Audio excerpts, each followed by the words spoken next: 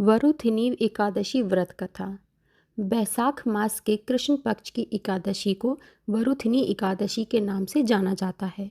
यह सौभाग्य देने वाली, सभी पापों को नष्ट करने वाली तथा अंत में मोक्ष देने वाली एकादशी है। तो आइए सुनते हैं वरुथिनी एकादशी की व्रत कथा। प्राचीन काल में नर्मदा नदी के तट पर मानधाता नामक राजा राज्य करते थे। वह अत्यंत दानशील तथा तपस्वी थे।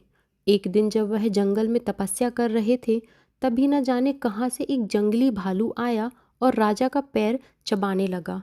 राजा पूर्वतः अपनी तपस्या में लीन थे। कुछ देर बाद पैर चबाते चबाते भालू राजा को घसीटकर पास के जंगल में ले गया। राजा बहुत घबराया, मगर तापस धर्म अनुकूल उसने क्रोध और हिंसा ना करके भगवान विष्णु से प्रार्थना की। करुण भाव से भगवान विष्णु को पुकारा।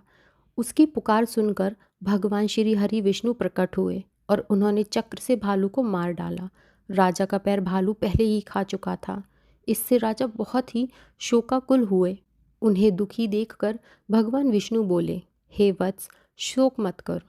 तुम मथुरा जाओ और वरुथिनी एकादशी का व्रत रखकर मेरी वराह अवतार मूर्ति की पूजा करो। उसके प्रभाव से पुनः तुम्हारे सभी अंग ठीक हो जाएंगे। इस भालू ने तुम्हें जो काटा है, यह तुम्हारे पूर्व जन्म का अपराध था। भगवान की आज्ञा मानकर राजा मानधाता ने मथुरा जाकर श्रद्धापूर्वक वरुथिनी एकादशी का व्रत किया।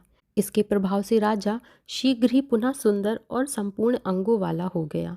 इसी एकादशी के प्रभाव से राजा मानधाता स्वर्ग गए थे। जो भी व्यक्ति भय से पीड़ित है, उसे वरुथिनी एकादशी का व्रत रखकर भगवान विष्णु का स्मरण जरूर करना चाहिए। इस व्रत को करने से समस्त पापों का नाश होकर मोक्ष की प्राप्ति होती है।